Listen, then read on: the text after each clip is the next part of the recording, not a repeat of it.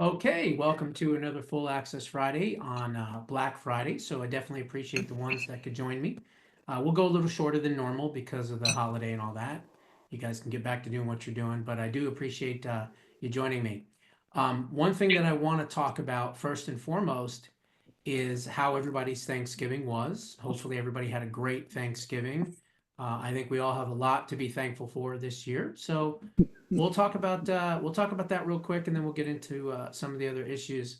And actually, we'll start here with I believe Gail. You might have been first up. So, how was your Thanksgiving, and what are you thankful for the most? Pardon me, what was this second part of the question?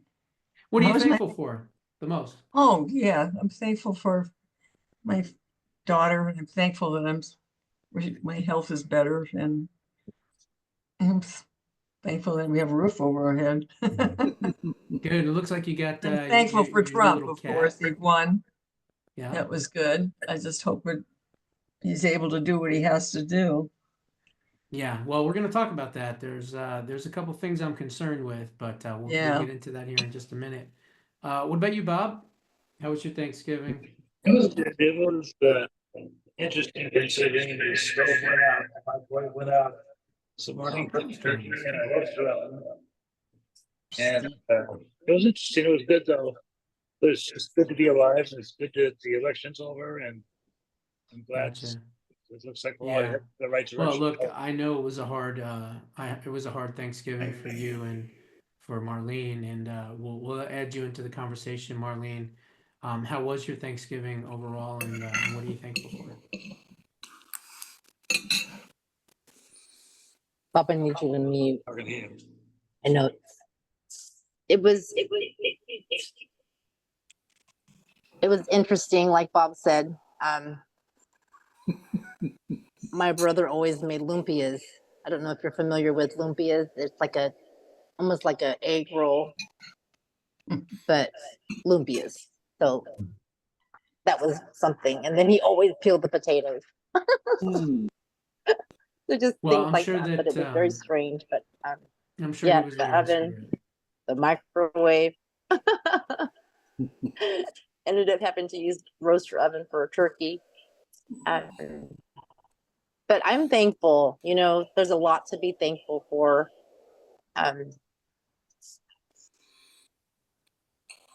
Too many to list. Thankful. Good. Well, good. I'm glad you have a positive attitude, especially, with what unfortunately you had to go through and we're dealing with. What about you, Liam? What are you thankful for, and how was your Thanksgiving? Well, thank you, Josh, for the question. I mean, I think it's been an excellent Thanksgiving. Just spent today and yesterday just kind of relaxing and reflecting on what it is to be thankful for. Now, what it is that I'm thankful for. I mean, on a national scale, that we're all, we all can agree on we couldn't be more pleased with the results of the election. Well, okay, let's not talk about the Congress, but presidentially speaking, I mean, we have an excellent 4 years ahead to look forward to. On a personal level, this move to Texas has been nothing but outstanding, and I'm just super thankful for that because you never know what can happen, but all's gone very well. So you're glad you're out of California, that's for sure, huh? Heck yeah, I've been in my job for 2 weeks, and that's gone very well, and yeah. You haven't gotten shocked by anything yet, right? I'll get fired if I worked on something live. No, I'm glad that you're doing good. What about you, Carl and Elizabeth? What are you thankful for, and how was your Thanksgiving?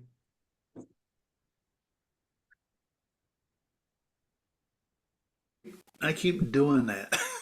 You do. I went over to my brother's and had turkey dinner over there, and thankful for you.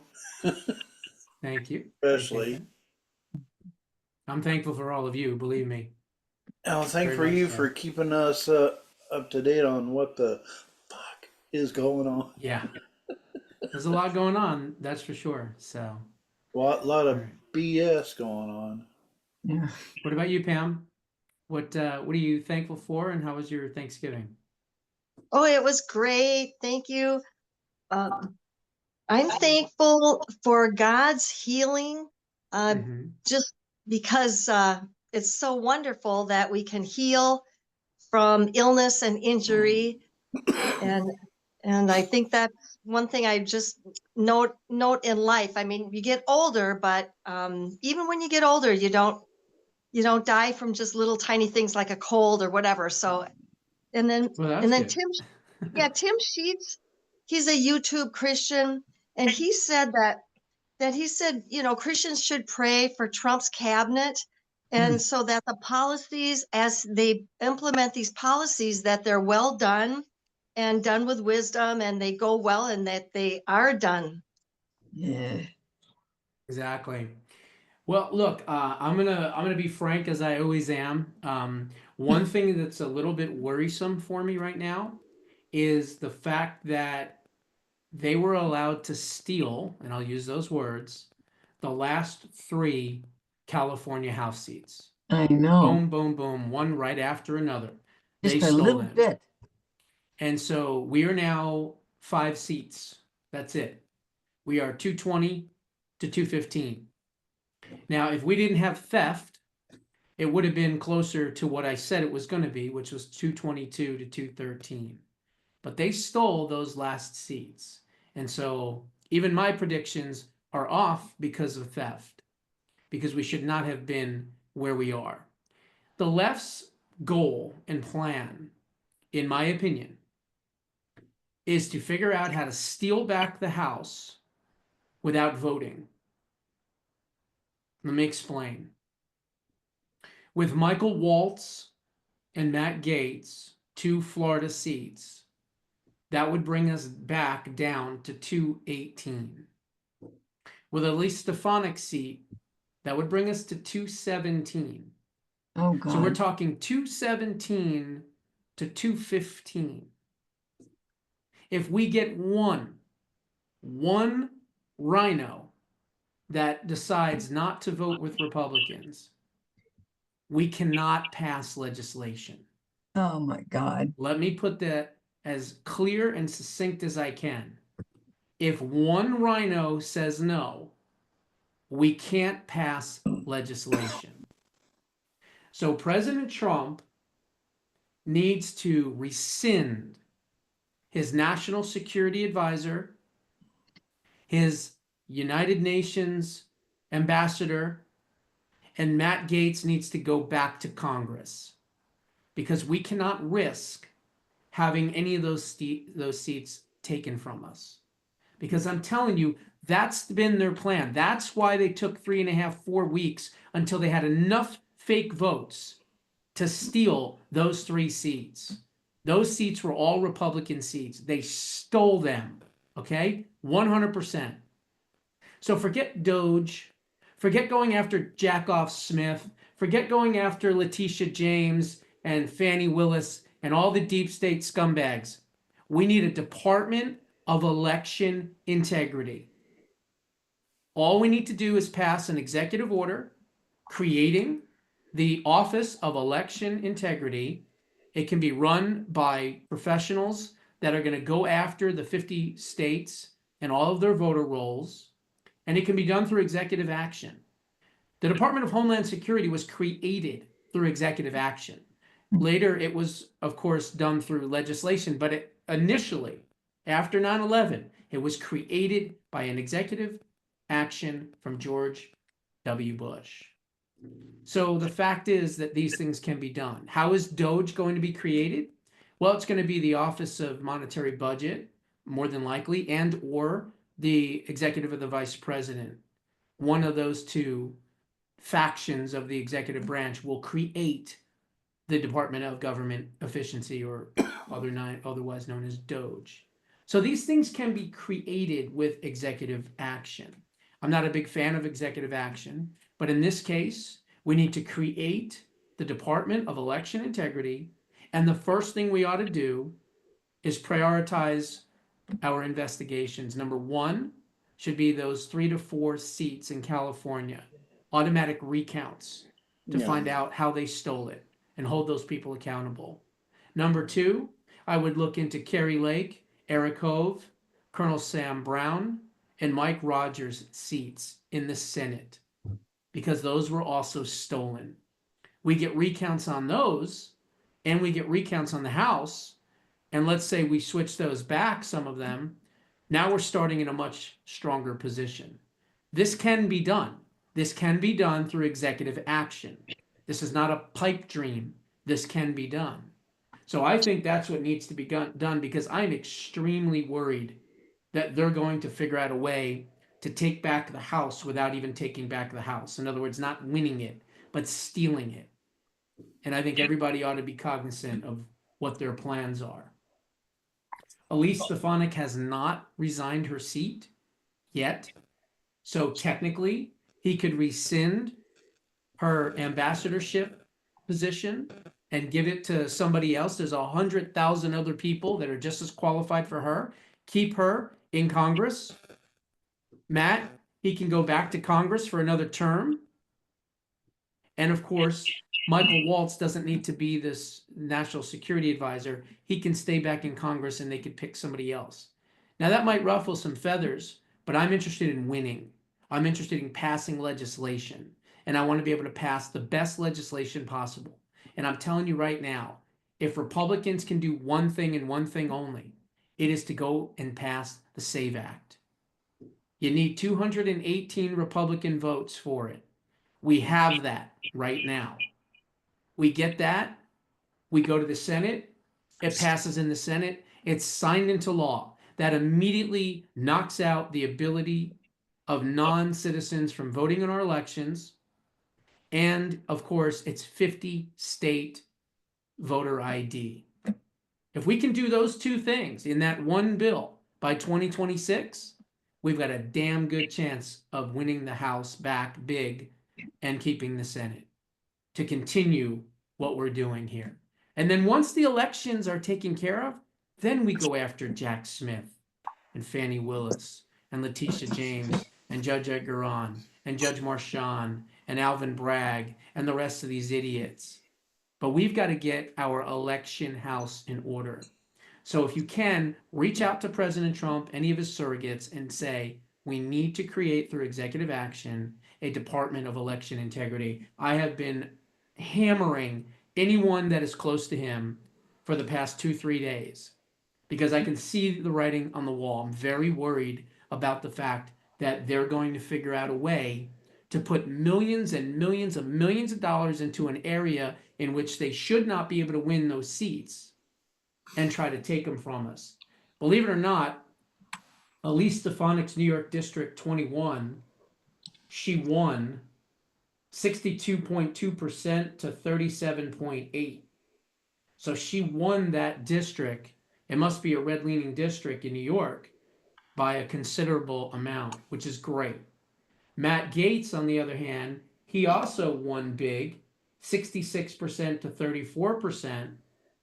And Waltz won his election 66 to 33. So technically, the Florida seats should be safe.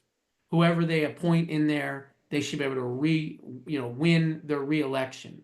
But there's still some fear there, because why wouldn't the left, after stealing the last three seats, put millions and millions and millions of dollars into those districts to try to steal one or two of them away?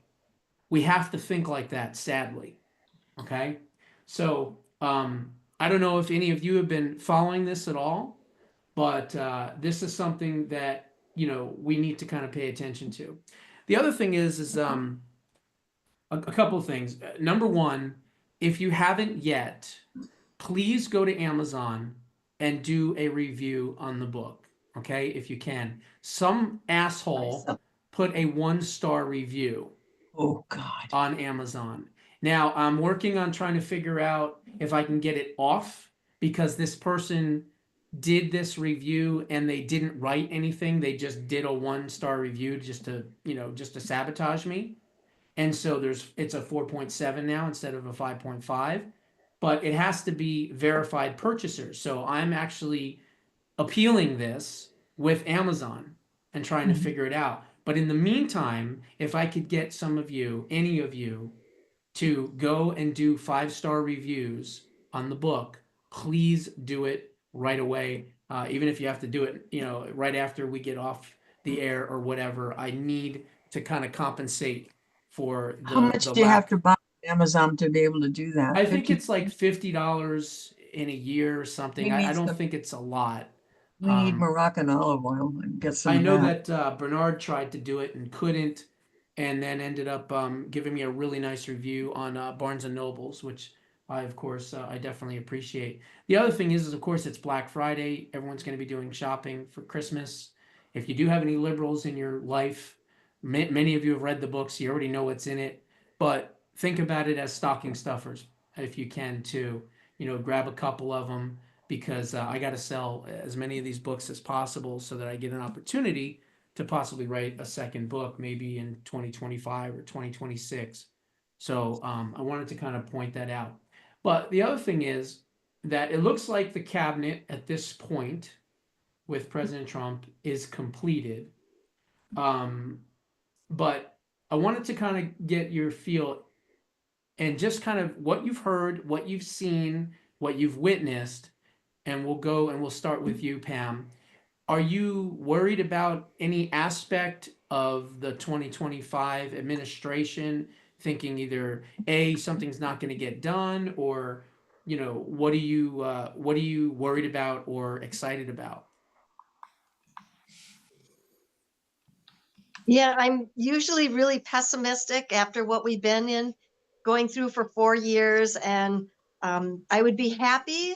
Uh, let's see what I think the voter election, something needs to be done at the national level for voter ID, because I Mm-hmm. was told by a lawyer that it would have to come from the national level, because at our state level in California, Newsom said that you can't require an ID. So I'd like to see that. And then I would like to see requirements. Well, this isn't really answering your question, but I would like to see there be, uh, you'd have to be an immigrant to receive services in our country for housing and things like that. So, but I don't know what that comes under, but You I would worry want about everything. But yeah, you Tim would Sheets is want to right. see I immigrants would be able to get uh, housing? I would like to see them have to have an ID. No, I'm sorry, to be an immigrant. I'm be a legal citizen to receive Legal the citizen. services. Okay, Yeah. that makes a lot more sense. Okay, I got what you're saying. Look, as far as the Newsom garbage, the way that would be shot down would be if we pass the Save Act, number one, because it will immediately nullify state laws in regards to voter ID, and so that would be the number one way to do it. But also, I think that Pam Bondi and the Department of Justice could sue the state of California and force them to allow voter ID because it's a constitutional issue. They would be able to argue that constitutional issue and they would win. Clearly, they would win. And so I think that at this point right now, we got to concentrate on passing the SAVE Act because the SAVE Act will take care of 30 to 35% of all of our election integrity issues in that one bill. And so that's why I keep saying that is the number one piece of legislation that must be passed immediately. Nothing else matters. Nothing else matters. I don't care about Doge. I don't care about going after the deep state. I don't care about spending. I don't care about inflation. I don't care about energy. Nothing matters until we pass the SAVE Act. Because the SAVE Act passed will pretty much put the Democrats in a position where they're going to have to prove every vote that they get. And they don't want to do that. Because what happened? 19 states, right?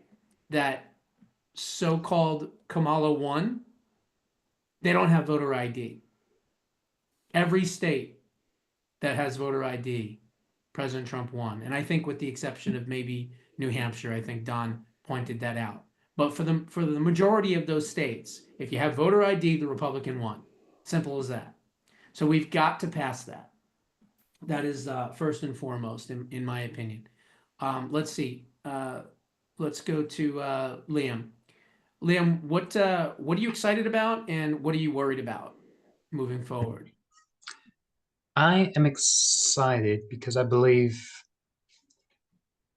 that, just a simple little stroke of a pen can just rescind these executive orders, and we can have the gas prices fall down and the grocery prices, and that will um, that'll make the economy go boom. I mean, that's a given right there.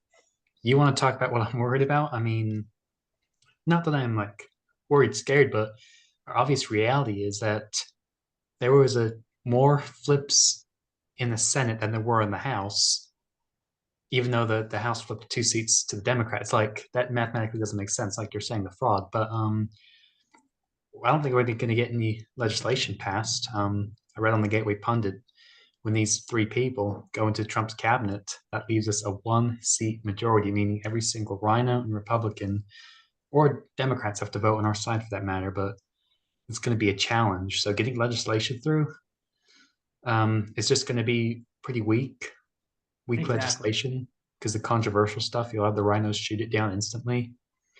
But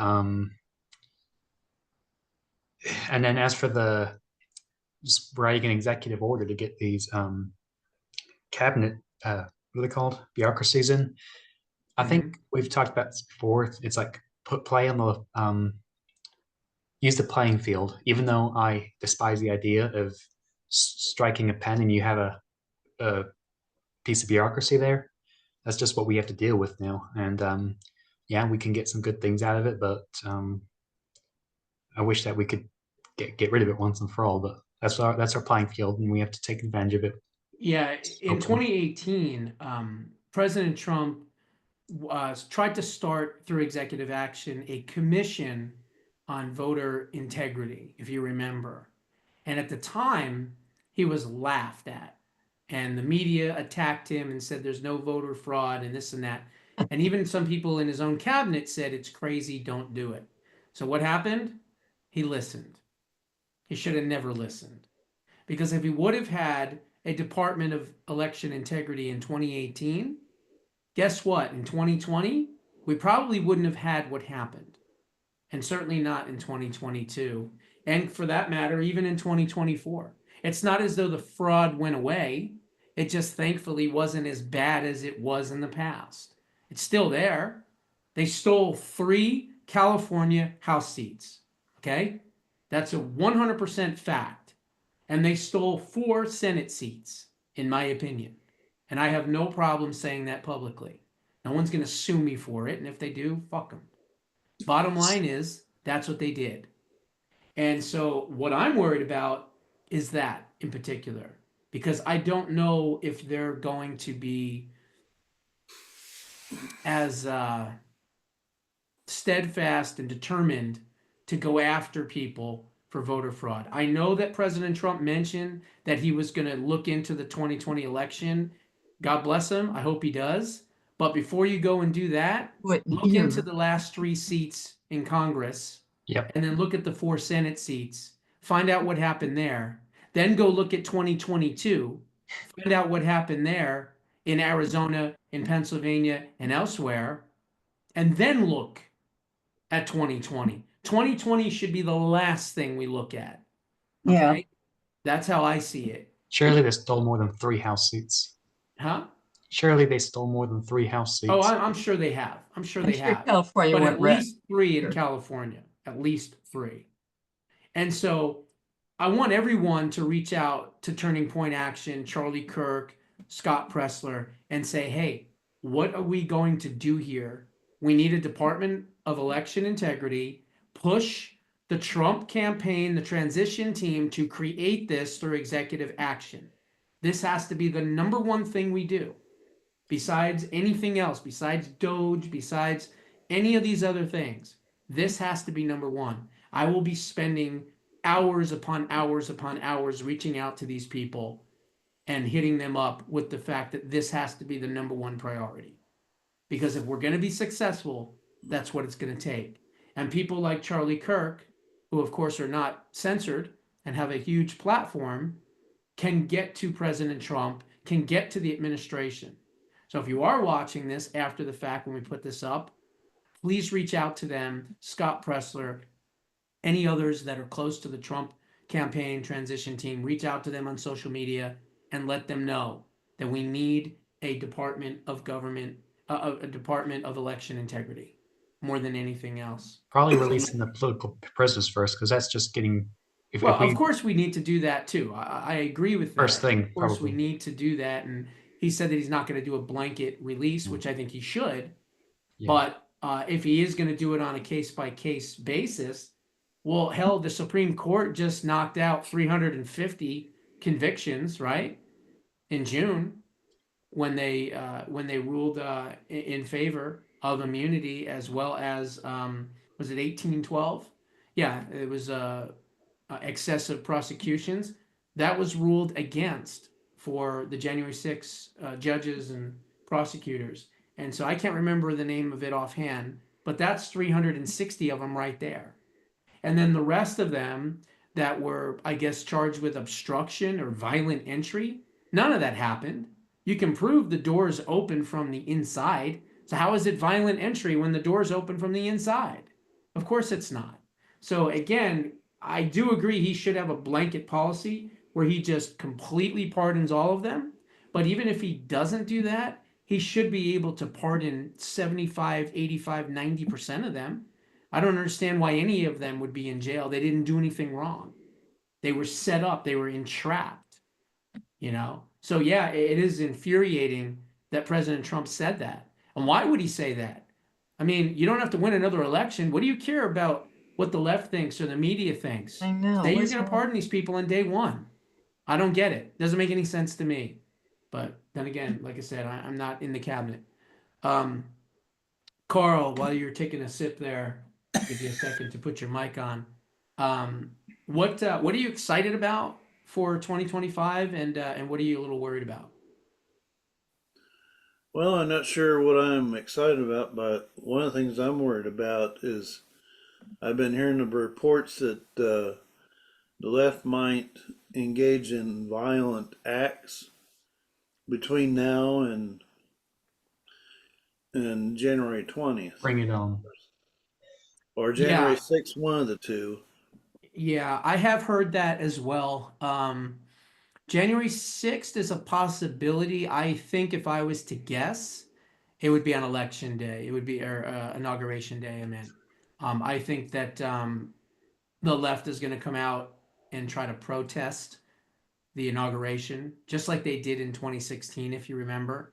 They broke, glass on Bank of America buildings. They lit garbage cans on fire. They did all kinds of, graffiti and breaking things and all that. So I would assume we're going to have a repeat of that. I do. But I also don't think it's going to be much more than that. There's been stories that the left is exhausted. They're tired of fighting against President Trump. They've kind of Losing given battle. up. Some of them have anyway, which is good because we just exhausted them. But I do think there's going to be some violent acts. There's no Oh, question yeah. about it. But I know I'm not going to the inauguration, so I don't know too many people that are. But obviously, people close to Trump are probably going. But You probably heard that there are some celebrities that were leaving the country, like Ellen DeGeneres. yes, Ellen DeGeneres. Apparently, Yeah, she has Ellen left. DeGeneres. She has left the country.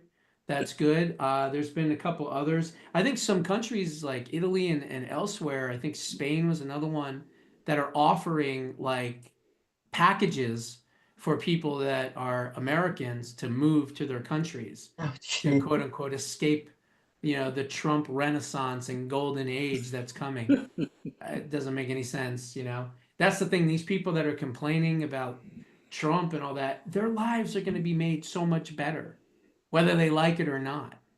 And they don't even realize it. So, but like I said before, I think a lot of these people that are making these crazy TikTok videos and all that, and they're talking about shaving their head and abstaining from sex and all that stupid stuff, they're going to realize that A, Trump's not Hitler, B, his cabinet is as diverse as it gets, and C, when the economy's doing better, gas prices are lower, rent is lower, groceries are lower, our food is healthier, they're going to go, wow, I don't think someone that would be Adolf Hitler would do all these wonderful things for the country. Somebody's lying to me. And a lot of them are going to figure it out, and they're going to go back on TikTok and they're going to do videos saying, I was one of those freaks that shaved my head and did all these other things, but now I'm on the Trump train. I'm telling you, it's going to happen. Mark my words, it's going to happen. You know why? Because common sense dictates it, number one, and human nature dictates it, number two. And then results, number three, will dictate the fact that these people are going to change. There's no question in my mind that they are going to change. So, who did I not ask? Gail? I didn't get to you. Yes. So, what are you worried about, and what are you Well, excited about?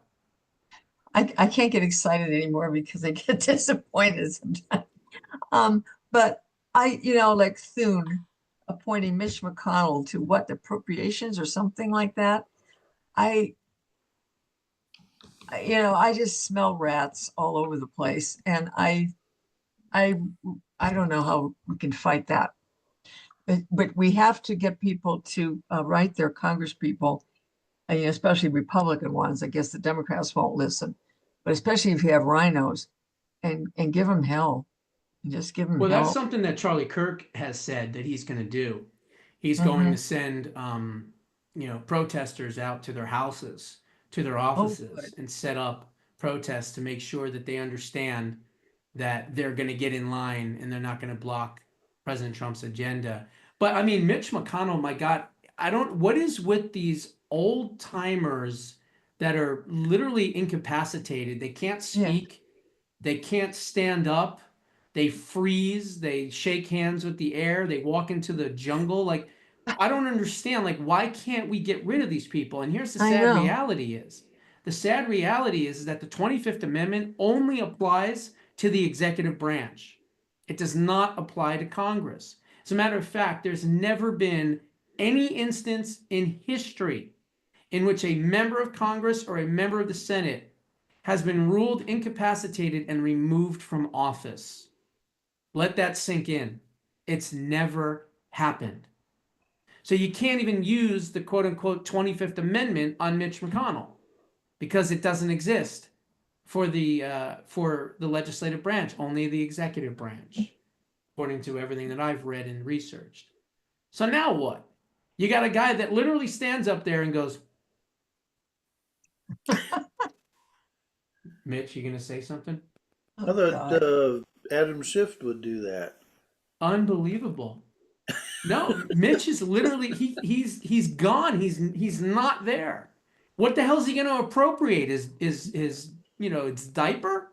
What's he going to appropriate? Seriously, he can't speak.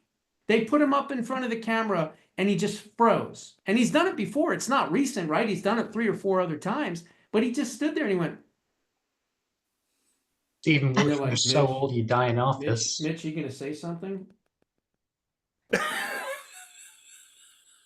Okay, never mind, Mitch. Okay, we're gonna move on. We're moving along here. Not only is it embarrassing, it's a national security threat, and yet we can't remove these people. And then he puts them on a committee. I don't understand. Yeah, on a powerful committee, and that's why Susan Collins is underneath him, because he can't speak. He can't do anything. It's like a parting gift. Like, thanks for relinquishing the majority leader position, you old freezing, turtle bat. But now we're going to put Susan Collins in. So you have all the rhinos in the leadership positions of the U.S. Senate, which is absolutely batshit crazy. So Charlie Kirk, he's going to need to step up. And honestly, I would do it now. I would let these people know now. I would go wherever their offices are. I would set something up before they go back to Congress. I would set it up in front of their house at 3 a.m. with pots and pans, just to let you know you're going to do what we say, not the other way around. He ought to do that. If I was running the organization, I'd do that. But I'm thankful that he has finally realized not just the power of his organization, but the breadth of what it can be and what it can be used for. Because it's not about talking to college kids on campuses about their Marxist professors anymore. It's about getting out the vote operations, and that's what they proved. in the swing states. They did a phenomenal, Yeah, he did. phenomenal job. They really did. And of course, Scott Pressler, needs a lot of accolades as well. But now he understands that not only was it successful, but it can be used as a blueprint moving forward for all future elections for Republicans. But more importantly, now it can be used as a hammer. It needs to be the type of Thor's hammer on these Republicans, these rhinos that think that they're going to buck the system and go back to business as usual. Not under our watch. And that's that's the best part about Turning Point, to be honest. I mean, he has used the organization and has grown the organization and has metamorphosized the organization to be the attack arm for the Republican Party. And God bless him for understanding that and using it for that. So, all right, Bob, did I ask you? I thought I did. No. No. What are you worried about and what are you excited about? I'm not really worried about anything. I think I'm excited about the fact that Trump knows what he wants to do this time around, even more so. But I'm really excited about a gentleman by the name of Tom Homan. Oh, yeah. Take no crap from nobody, even the big mouth congresswoman. The whole thing. I'm excited about that. I'm stoked about that guy. Yeah. Yeah, look, Tom Homan, he's not playing around. No. And when you think about it, Trump's first appointment was Susie Wiles, right? Thank you for winning the election for me. Now you're my chief of staff, right? The second pick was Tom Homan. So think about that. So not only did he win, but then he said, hey, my number one promise, immigration, I'm going to take care of that right off the bat. And he did. And then I think from there he went with Michael Waltz, I think was the national security advisor. And then the rest of the cabinet kind of got filled in from there. But yeah, I am excited about Homan and what he's planning on doing and how they're going to do it. They can do it. It's all legal. They can go into these cities. The mayors cannot stop them. They don't have the jurisdictional, right to do it. They can just get out of the way or be arrested. And that's the way the law works. Yeah, And look, I'm a big states' rights guy. I've always been a big states' rights guy. But in this situation, I'm glad that the government is the government that it is, and the states are whatever they are at this point. And when we were in the minority, it was states. But here we are. It's now flipped, thankfully.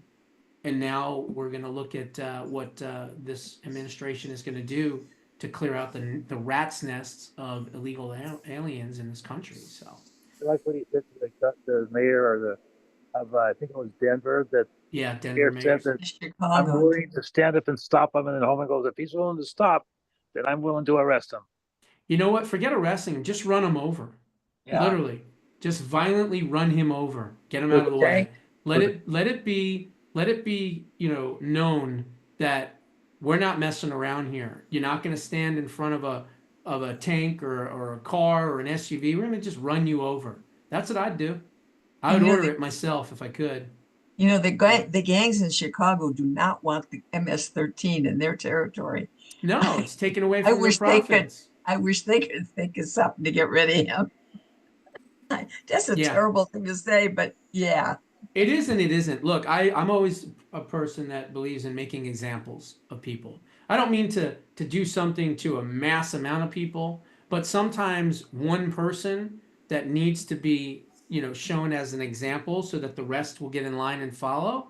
I'm in favor of that. That's why I've been in favor of shooting migrants, not with lethal force, but with like rubber bullets, just shooting their legs out and their arms out, hurting them so that the next wave of caravans go, wow, look what they just did to Javier.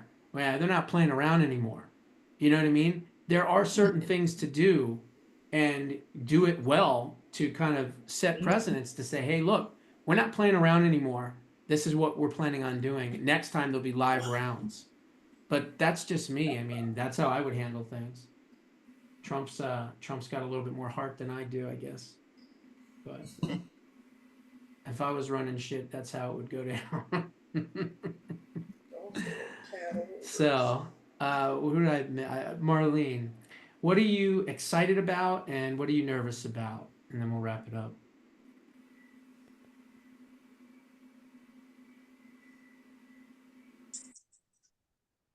You know, I'm excited that President Trump is back in control. Mhm. You know, that I'm excited about that. I'm excited, you know, with what Liam was saying about gas, Mhm. groceries, um, being able to pay a decent price for eggs and milk. Um, I am Yeah. concerned about riots, um,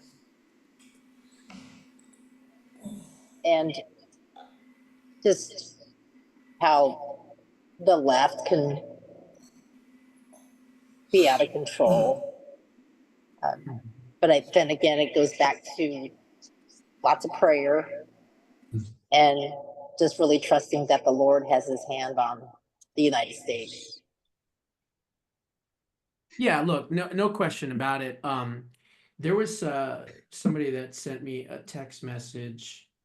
Um, I need to read you this because this was at the time, here it is. This was at the time when President Trump was shot. And this is what this person says. In the Bible, the concept of blood on the right ear, Leviticus 8:22 to 24 and 14 to 28, serves as a visible mark of consecration, signifying that the person is dedicated to God's service and has been set apart for a specific purpose. Wow. This act represents a physical and spiritual transformation, preparing the individual for their sacred role. Here's a breakdown of the significance. The right ear. The right ear represents hearing and obedience. In ancient times, the right ear was considered the most important ear, as it was the ear that heard the words of God.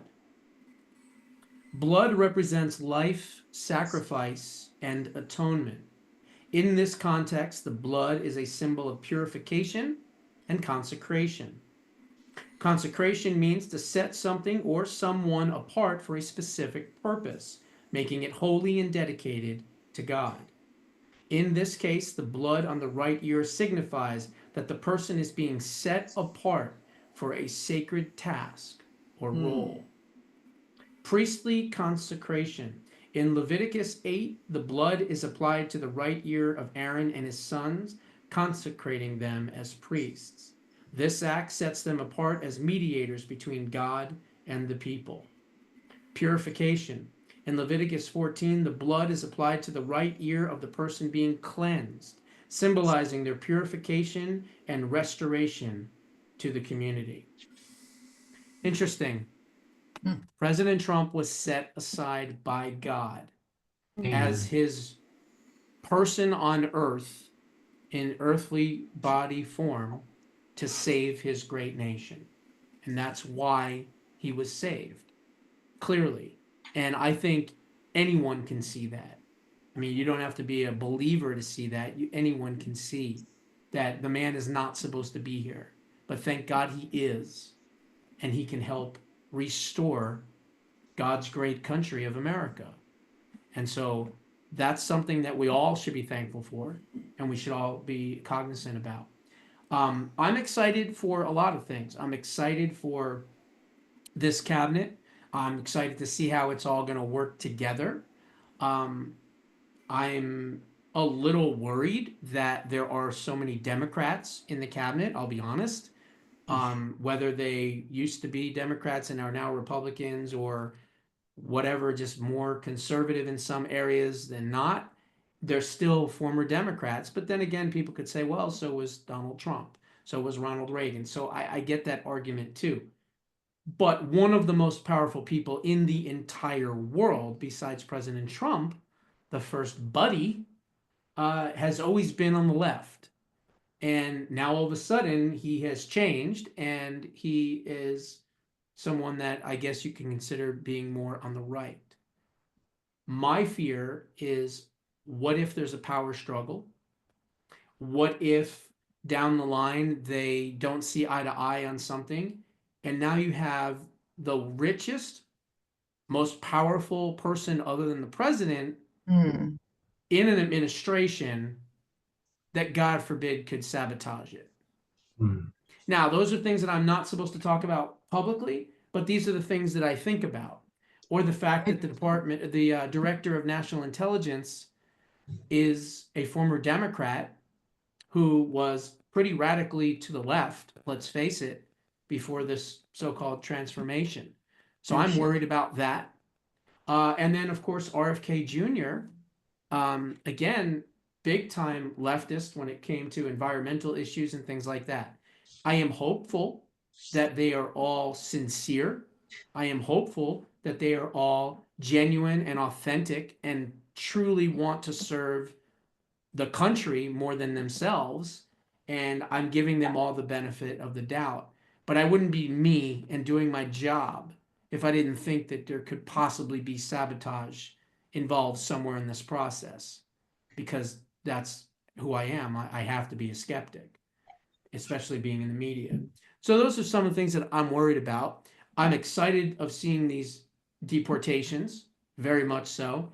I'm excited about the people that are being appointed to NIH and FDA and CDC. These are all people that have either attacked or whistle blew those organizations.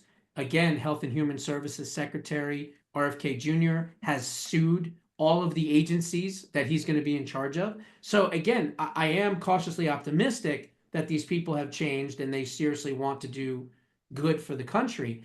And part of me, part of what I feel on that is the fact that they wouldn't risk their lives. I mean, let's face it, RFK Jr. is going after a $1.7 trillion profit margin.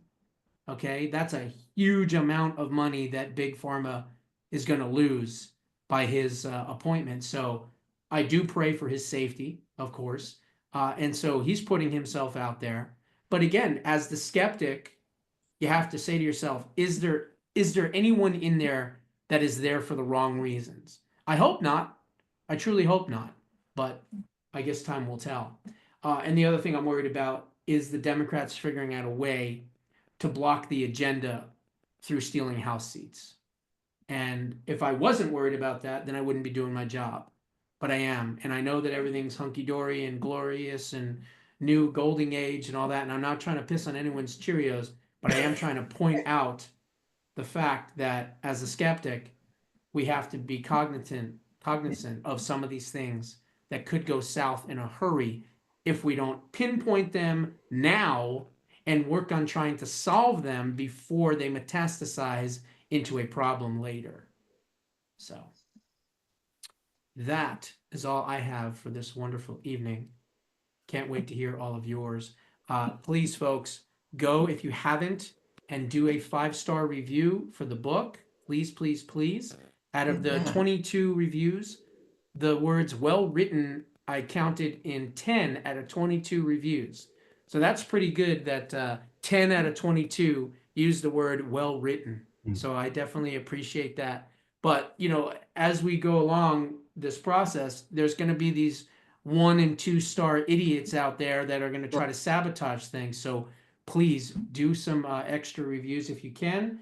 And also keep in mind that they're great stocking stuffers, especially if there's a liberal in your life that you want to try to convert. Well, this is the perfect book to do it because I don't drop bombs. I don't talk about rhinos and leftists and extremists. I don't use any of that language in the book, none of it. And I did that on purpose because I do want to have a broader reach and a broader audience. So that's all I got. So go ahead and flip the switch and we'll talk for a few minutes here. Later.